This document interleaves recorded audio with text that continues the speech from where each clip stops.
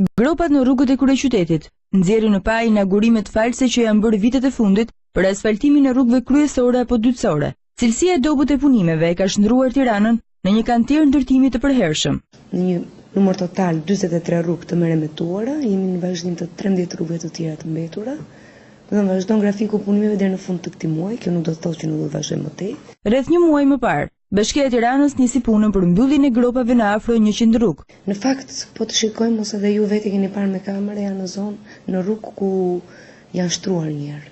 Domethënë, mund të kenë 3-4 vjet të shtruara, gjë që nuk ndodh, sepse po të shtrosh në rrugë ka një garanci minimale 10 vjet, ku ti mund ndrysh për të bërë rimëkëmbin ose merremetimin e saj.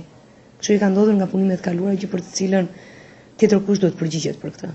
Jo vetëm rrugët, por dhe trotuaret kanë pësuar të njëjtin fat. Pasi janë hedhur paratë e taksapaguesve të Tiranës, nuk është dashur shumë kohë që pllakat të thyen apo të lëvizin, dhe kjo është ndrua në një fenomen të përgjithshëm.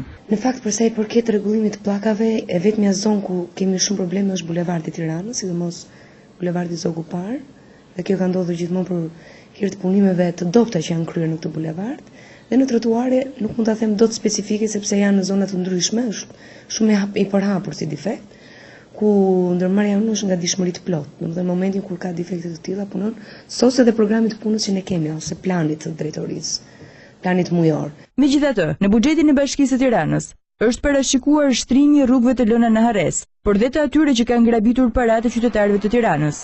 Këtë herë është premtuar cilësi dhe jetëgjatësi të këtyre investimeve.